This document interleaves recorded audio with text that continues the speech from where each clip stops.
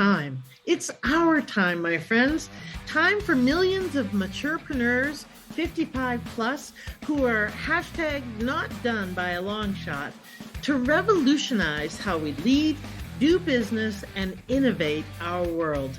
I'm your host, Jeanette Anderson, and welcome to my conversations with fascinating people who would rather inspire than retire.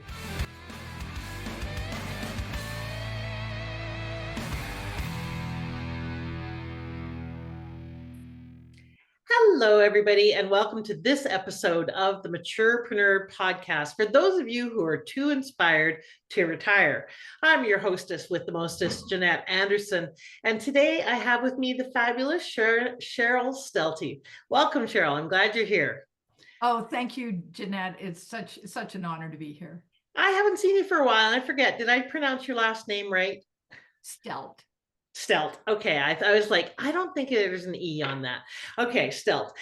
So as usual, folks, I'll tell you the official word about Cheryl, and then we're going to find out the real behind the scenes juicy tidbits from her about her that you wouldn't guess, or that we wouldn't find on her website or anything like that.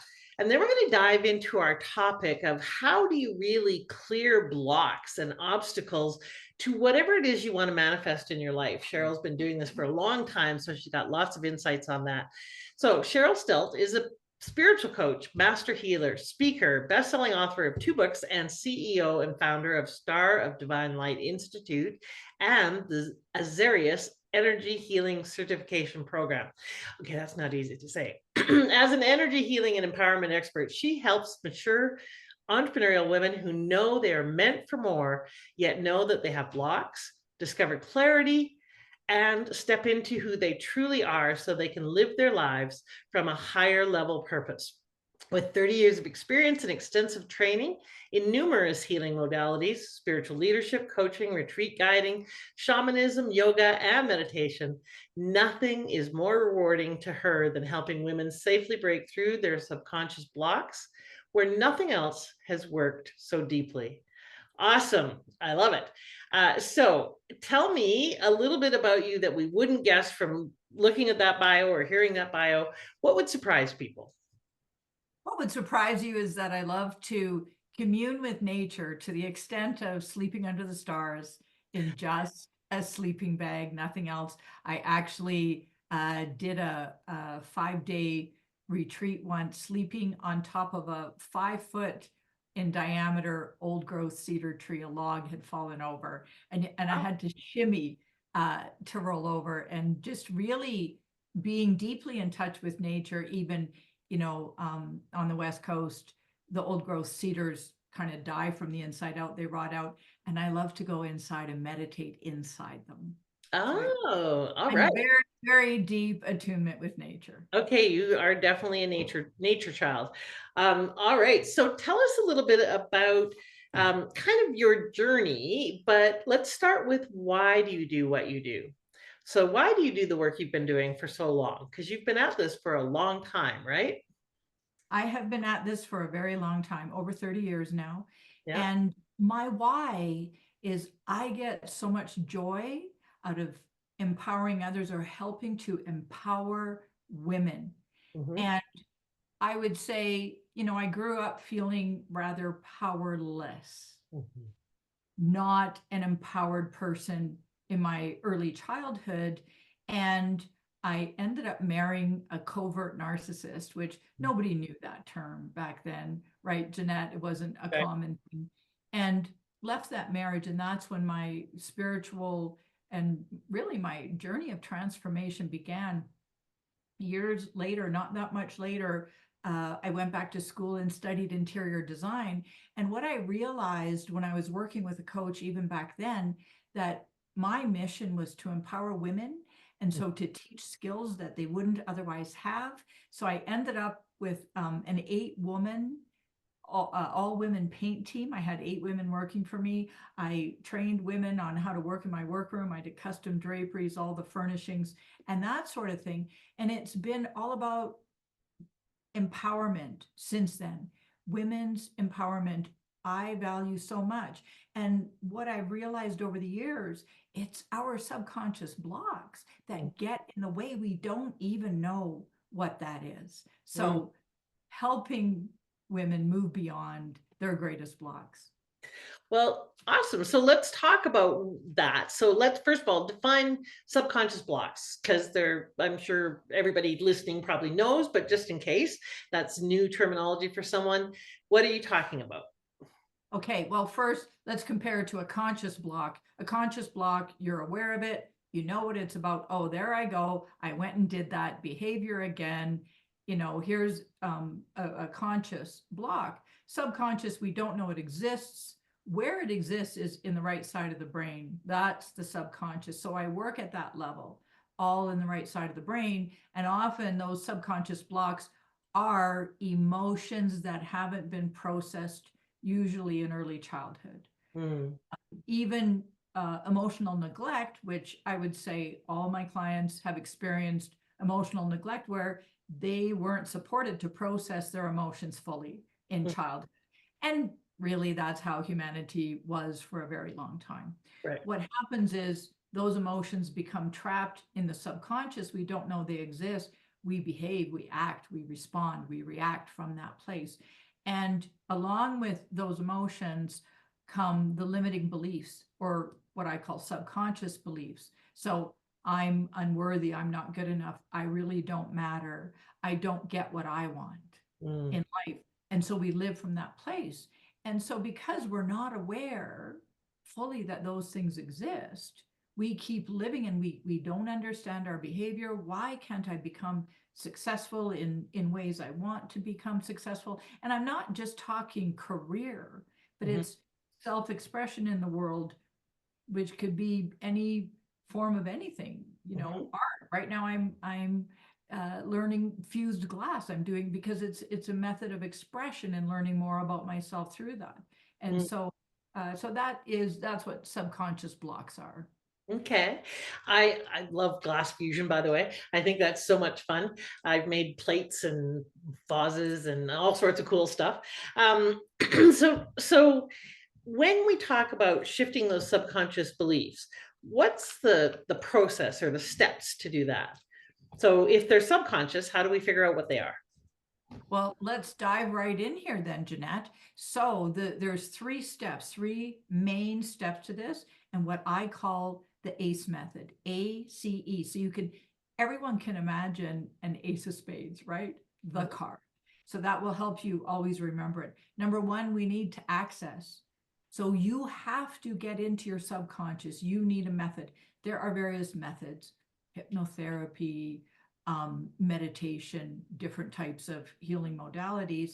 And so, what I teach is using a full breath.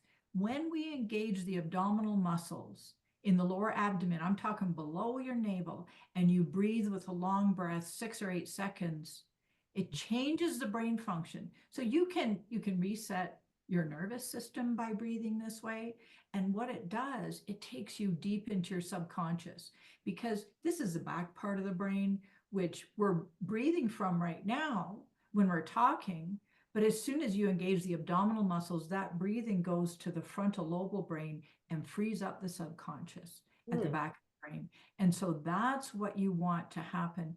And in there, no linear memories when they are related to trauma or any kind of wounding. Science has proven that all trauma is imprinted in the right side of the brain.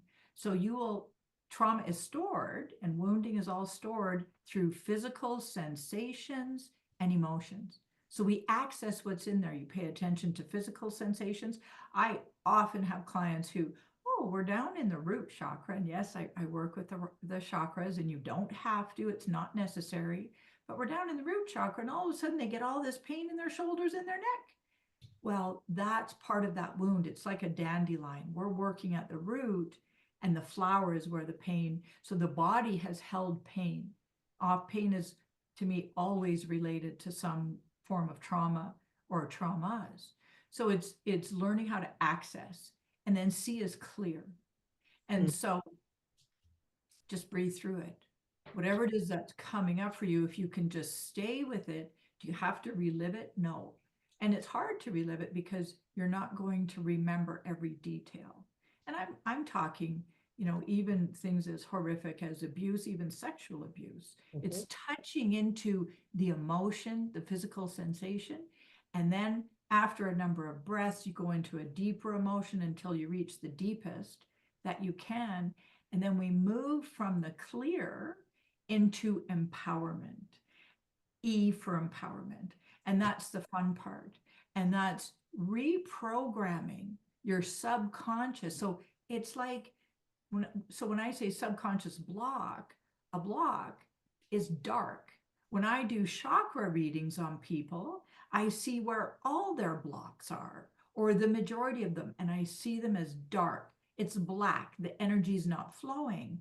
When I see what your superpowers are, it's always light and Mm. it's bright and the energy is flowing. So you came here to this earth to be a being of light. Kirlian photography has demonstrated years ago that we are all made of light. So the empowerment phase is really reprogramming the subconscious, not just through reparenting, but finding the deeper truths within that little child that you were, finding those deeper truths and filling that area that we just cleared with those new truths, which empower you and motivate you to step into being the person you are meant to be and live that life of fulfillment and of true purpose. I appreciate that you've got a system and a process for it. It makes it nice and easy to remember. So, access, so ways to get into your subconscious through breathing, for example, and touching into those stored traumas. C, clear it, staying with it, going through to the other side. And then E, empowerment, reframing that, reprogramming that. I call it telling a better story, rewriting the story, so that you can remember who you really are versus that old story of not enough in some version or other. Did I get that all right? Yes, that's right. And I just want to say there's a little bit of a difference between rewriting the story. So yes, we're rewriting the story, but we don't use the left brain. We don't use our imagination to make it up. We actually, in that empowerment phase, we are that younger self.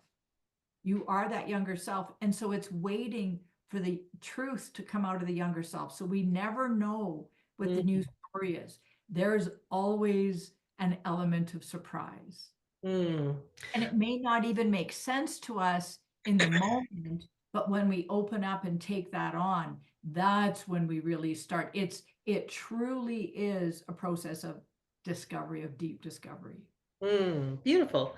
And why do people need to do this? What's the benefit of doing that work? Because that sounds like, for some people that's going to sound really daunting or hard or really challenging or, like why stir up old stuff? So what's the benefit of doing this work? If you want fulfillment, if you want more fulfillment in your life, that's how I began. I was not happy with how my life was going, and that's where my life just continues to become more and more fulfilling over the years. If you have any amount of physical pain, Mhm. I'm going to be 63.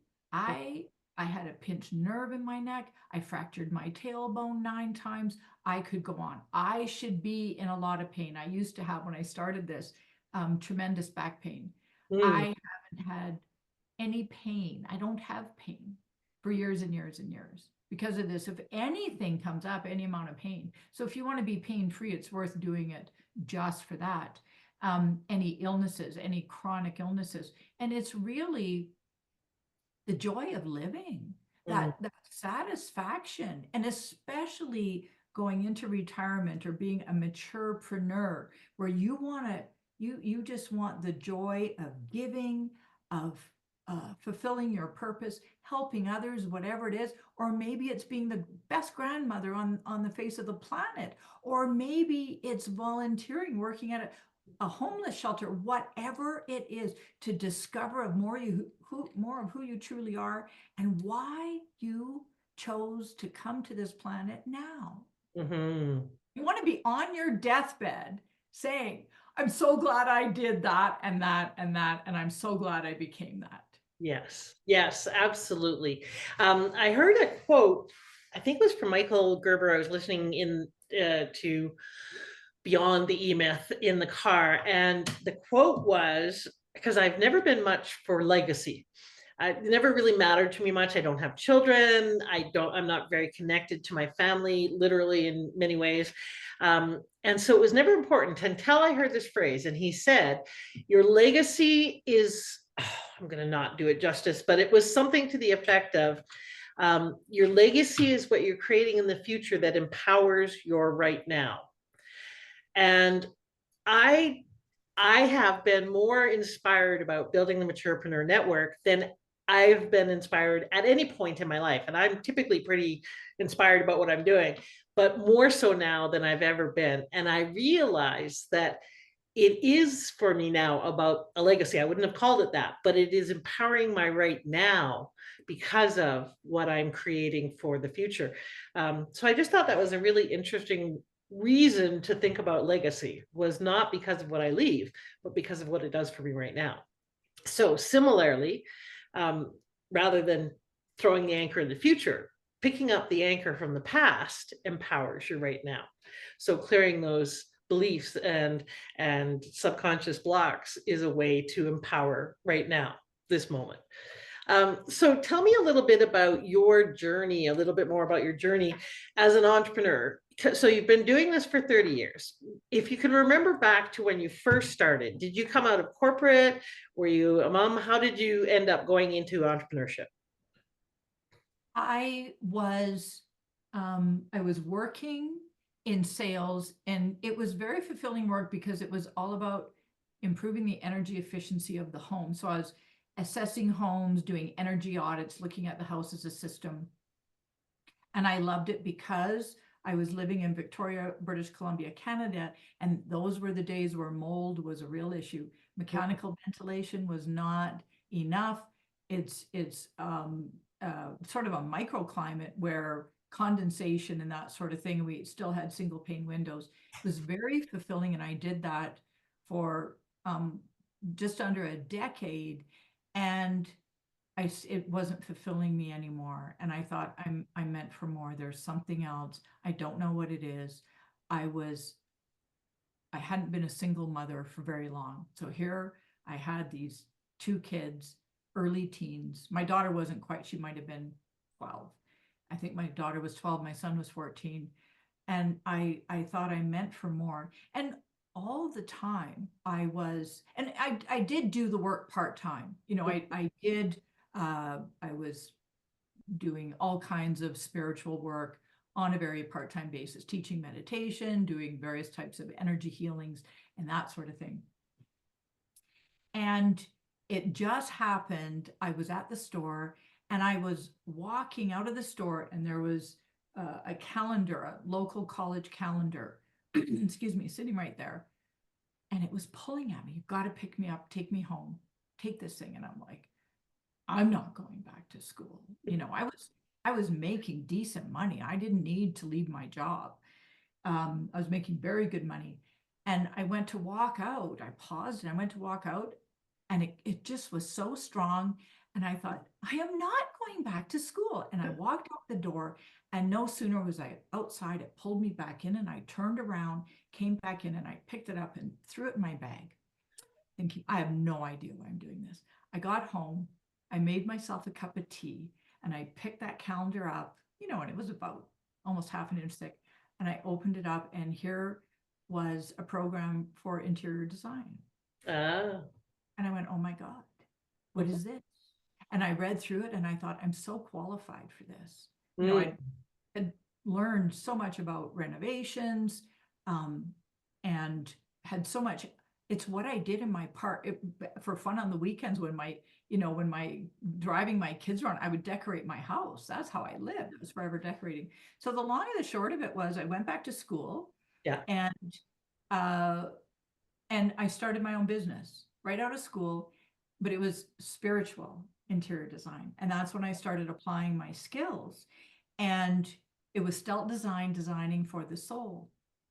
But what I did was I help people discover who they truly were at a much deeper level and express that in their homes through interior design, decorating. I started doing renovations, all sorts, kitchen remodels, the whole thing, but it was all based on how they felt. And so I had to do a lot of energy healing to help them access that. And so here I am today. I don't do the interior design unless if one of my client wants it, I can do it online. I Yeah. do space clearings, house blessings, all that sort of thing. But that's what made me do that. And then I moved to different levels. It's like every 10 years is another major breakthrough. Here's something else and adding on to that. And I love what you say about legacy. I was never attracted to legacy. I thought, oh, that's for other people, not me. I don't need to leave a legacy. Yes, I have a family, but it just never felt right. And over the last few years, I'm in this place of, oh no, I'm going to be retiring. I'm not 100% sure what I'm going to do, but I'm having a great time exploring that. And I don't see ever giving this work up Yeah. entirely, but how do I apply it? And now it is about leaving my mark on humanity. It's so much about leaving my mark and what can I get done? How much can I do? What is it that I really want? And so I'm with you in that we can all leave our mark on humanity in whatever way that is. And it doesn't have to be stereotypical. The whole world is our oyster, Yeah. truly. Yes. So what is the mark you want to leave on humanity? What is the legacy you want to leave behind? The legacy is empowerment. And I've been saying for a few years now, we are all powerful beyond belief, powerful beyond what we can imagine. And so you could have never convinced me I would be the powerful healer I am today. You Mhm. could have never, and that I'd be working with people and helping them in this way. No. And so where we came here to move to be to a certain level, we can't imagine. Our subconscious blocks keep us from truly imagining. Yeah. It's more of an unfolding. Yeah, I think that's a beautiful way to frame that. Tell me, because you were like woo woo before woo woo was a thing. So, and by woo woo, I mean spiritual, metaphysical, all things in that realm. So, tell the people who are listening who might be wanting to go into a spiritually based business or something in that realm, the woo woo realm. What were some of the biggest challenges you had then and now in terms of a woo woo business, and how did you overcome those? My When I first started my interior design business and we were covering marketing, and my instructor and I told her my tagline, we had to do the business. So I was designing for the soul. And she said, you are limiting your client base so much. She said, most of your clients, she told the whole class, will be seniors, and no seniors are spiritual. There's, none out there. You're going to be limiting yourself to 10-15% of the market. And I said, that's okay. Those are the ones I want to work with. Uh, I just believed in it. I just believed in it. And the right people found me. And even when we started working together, if they weren't so open, they became open somehow. I didn't sell it. It's not like I pushed it on anybody. And it just was about feeling into it was my destiny. mhm. It's my destiny. And so, and I get emotional thinking of it. I would have been sort of ripping people off if I didn't do it. I would be, pardon me for not coming up with a better phrase for that, but not doing anyone any favors. Mhm. Actually, it would have been horrific. Right. It would have been almost cheating, not being honest, like lying if I wasn't here. I was trying to, I'm here to help people become who they truly are. And if I don't stand for that, who am I? Yes. I Yes. was been completely out of integrity, Yeah, completely. And I want to be integrity with myself, and I want to help you be integrity with yourself. right. That makes sense. You got to walk your talk, and it wouldn't be in alignment or in integrity if you were saying be fully and honestly who you are if you weren't being that.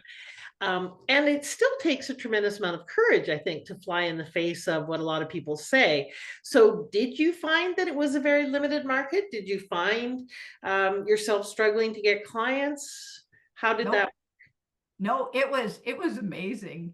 And so when you are in integrity with yourself and why you're here, you Mhm. will attract those people that need you. That's why I wrote my second book, Client Magnet, The Coach's Guide to Attracting Ideal Clients with Spiritual Awareness. There are certain people that need to work with you. If you're looking at doing a woo-woo business, um, when I had that business, it was all word of mouth.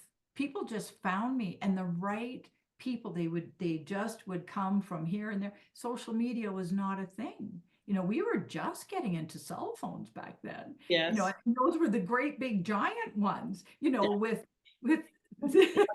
Yeah. Yeah. I remember those. so that was a new thing after I got started. Yes. And so no matter what, the right people Mhm. will find you. And this is more of what the world needs. So I look at it even from a perspective, I don't think of myself as woo-woo. My spirituality is very practical. It's extremely practical. It's the way, indigenous people have lived for thousands of years, and they didn't call it spiritual. It's just being connected to the whole universe, really. Yeah. Um, and so it's the way of the future. And also, even in corporate America is becoming more open to spirituality. The world is changing rapidly, and you are needed if you are even considering whatever skills you have. There are people out there. If you want to share your skills, you're meant to benefit others. Yes. And Mhm. and it is like you said, you're ripping people off if you don't share your gifts and your talents and your skills because those people then can't benefit from it. So not sharing is actually an act of selfishness.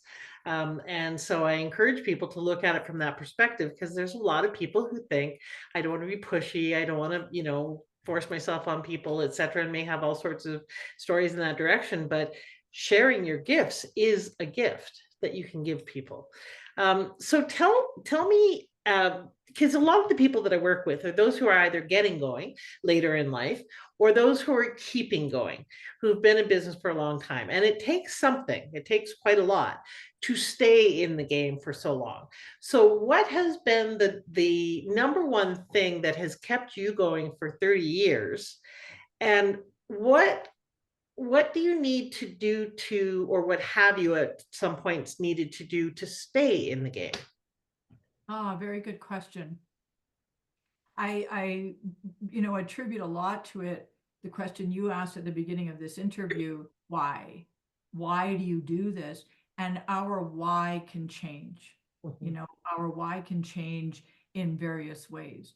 And to keep doing our own personal work and keep growing, that is so important. Don't stop. When I uh when I not that I have too much, but I do a variety. I do different practices, and I kind of break them into two: healing practices and empowerment practices. And the healing will move you into empowerment, but the empowerment practices will shine on what needs to be healed next. Mm. And so to continue to grow and recognize new parts of yourself that have been hidden. They feel new to you, that want to be expressed, new Mhm. parts of yourself that want to be expressed. And it's often what I have noticed, it's what are my clients asking for? Mm. What are my clients asking for? So in this last must be almost 6 months, 8 months, I had a number of clients asking me, how else can I work with you? What Mm. else do you have? I mean, I have a number of programs, Mhm. and they wanted more. And what I realized, and it was just like an onslaught of them. I thought, what's going on here? And I really tuned in and realized there's so many skills that I'm not sharing with Mm, anybody. I'm not teaching.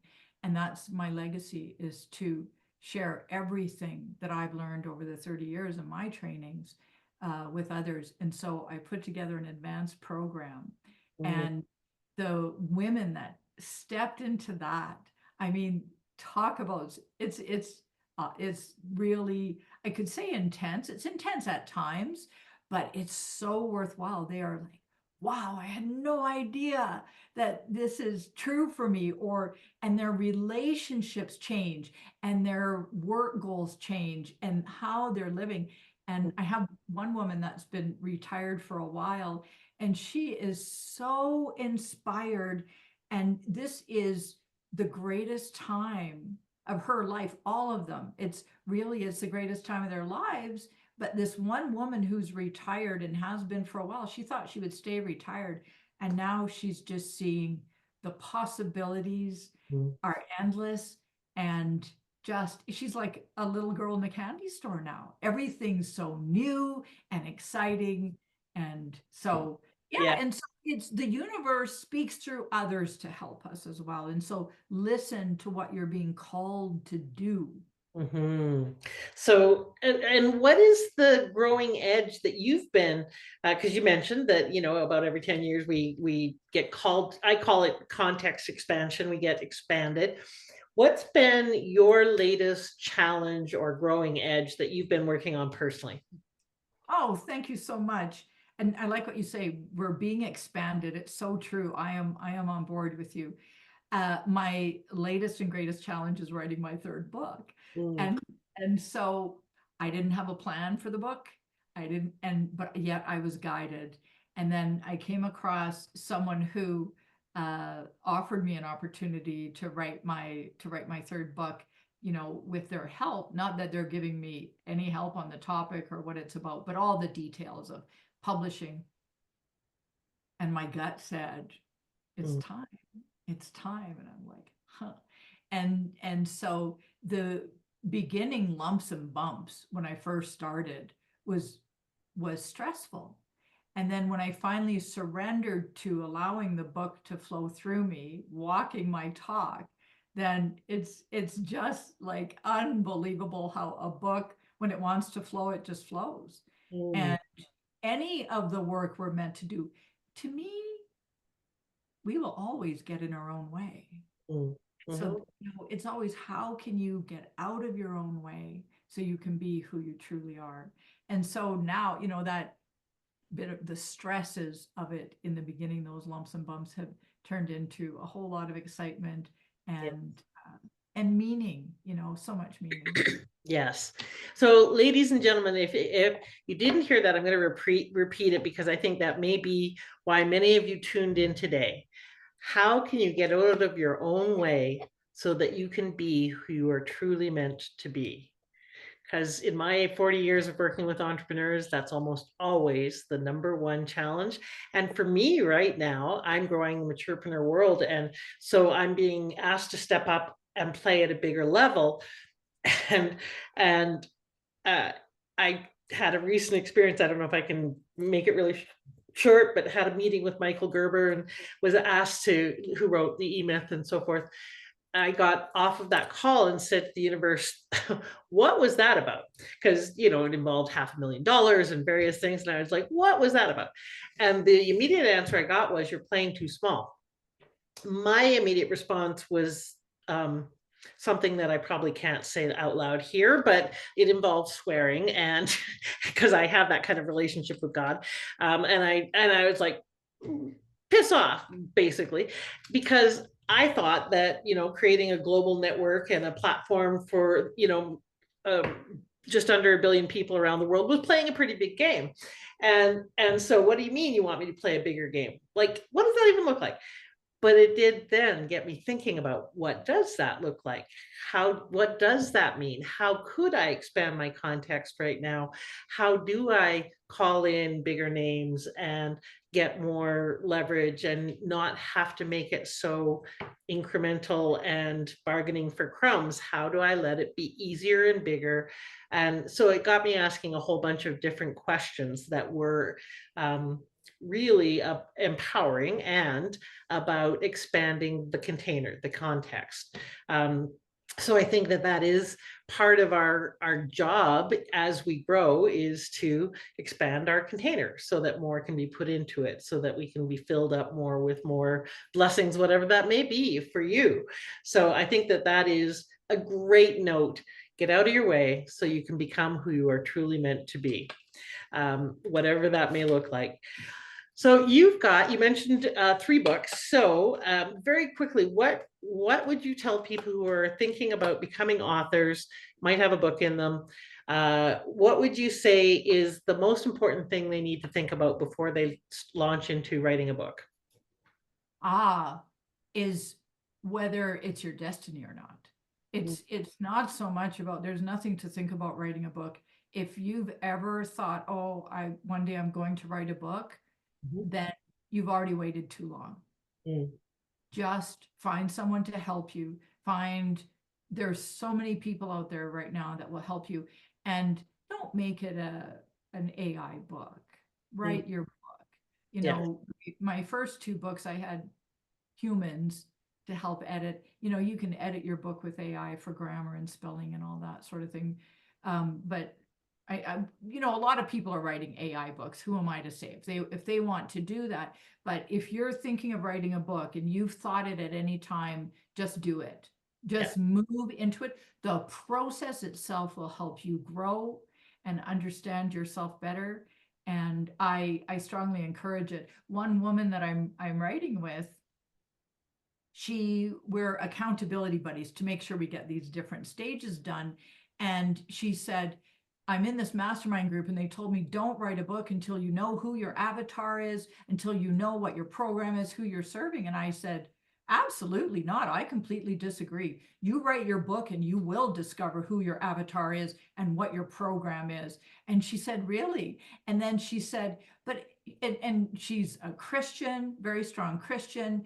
And I said, did you feel like God wants you to write this book? And she said, yes. And then I said, and who are you to say no to God? Not right now. Just wait. I said, you just do this. And she started writing from that perspective. She's discovered her avatar. She's put her program together just on the sideline from writing the book. So it really is just do it. All right. Well, tell people how they can work with you or find out more about you. So where can they find you? My website is starofdivinelight.com. So those words, all lowercase, one word, starofdivinelight.com. And you can Google search Cheryl Stelte, Stelte, really easy. And so you can hop on a discovery call. One of the things I really recommend for people as well are my chakra readings. So helpful because I can see where your energy is blocked, where it's flowing well, what it's all about, and things you can do to move forward. All right, awesome. And you mentioned your third book that's coming out soon. So tell people what it's about and when it will be available. So the book is very much what we talked about here. It's called Destined for Greatness, and you are destined for greatness. Breakthrough blocks, discover clarity, and live your purpose. Yep. And so that's the name of the book. And the book is very much a workbook. So it's all sorts of spiritual practices from different modalities brought in together so you can become the ever so powerful you. Awesome. Love that. And discover your greatness is a really good thing to do when you've got some like time, like now would be good. All right. And Cheryl, do you have a gift or something that people can go and get, or should they just go to your website? Yes, no, I'm happy to give my gift. It's the ACE method that I talked about, those 3 steps to access your blocks, clear them, and move into empowerment. And so we can put that link in the show notes. my ACE method. Yep, absolutely. We will put that in the show notes, and or down below on the YouTube channel. So please, by all means, do go and get that. The 3 steps to clear your blocks, gain clarity, and power your pivot, so that you can start to put that ACE method into practice in your own life. I really appreciate your time, Cheryl, and I appreciate your sharing your wisdom and your experience with people. If you had one piece of advice to give to someone who is thinking about getting going, like moving into living their gifts and offering them in the world, becoming an entrepreneur, a maturepreneur, and one piece of advice for someone who's been at it a long time, maybe flagging, maybe tired, maybe whatever, what's the piece of advice you would give to the person who's getting going? And what piece of advice do you have for those who want to keep going? For the first, both of them actually would be to gain clarity, to find a way to really get clear. When we have self-doubt or uncertainty, it's kind of low vibration. You want clarity. Clarity gets us motivated. So get some help from someone, even from a therapist, someone who does energy healing, a best friend, to really talk it out, journal. Don't do anything until once you have some form of clarity, whether you're starting anew or you're moving to a new level. So it's what is it that's getting in the way of you having that certainty and that clarity? Yes. Okay, awesome. So either way, whether you're just starting out, get clear about what's possible, where you want to go, what is the dream, what are some of the gifts you want to share, perhaps what is the legacy you want to leave, getting clear about what's next for you. And if you're not sure, just playing with some of the various ideas, what's possible, and seeing what resonates, what calls you. And then if you want to keep going, clarity about your why, coming back to why, what matters to you, why did you get going with this in the first place? Because most of the time when we're tired, when we don't keep going, it's because we've lost sight of that big picture, of that big why. So coming back home to yourself, to why this matters, to why you matter, to what the difference is that only you can make, and how do you recommit to that. So thank you so much, Cheryl, for being here. Thank you for your books that support people with that, and your work that supports people with that.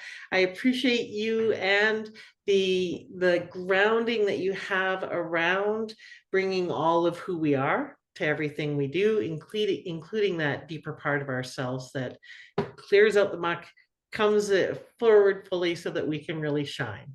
I think it says on your back there, throat chakra shine, something like that. So I saw the word shine. I was like, yep, that's what we want to do, be shiny. So thank you, everybody, for listening. Please do reach out to Cheryl. You can reach her at starofdivinelight.com and go and download her method for clearing those blocks, and connect with her if you feel really pulled to get some of that clarity and to clear out those obstacles so that you can move forward and be the difference that only you can be, my friend. Bye for now.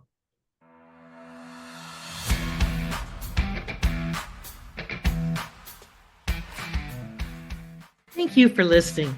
I'd love it if you left a comment and subscribed. And I encourage you to apply one aha from this interview right away so you can turn your wisdom into wealth and your contribution into positive change. Bye for now.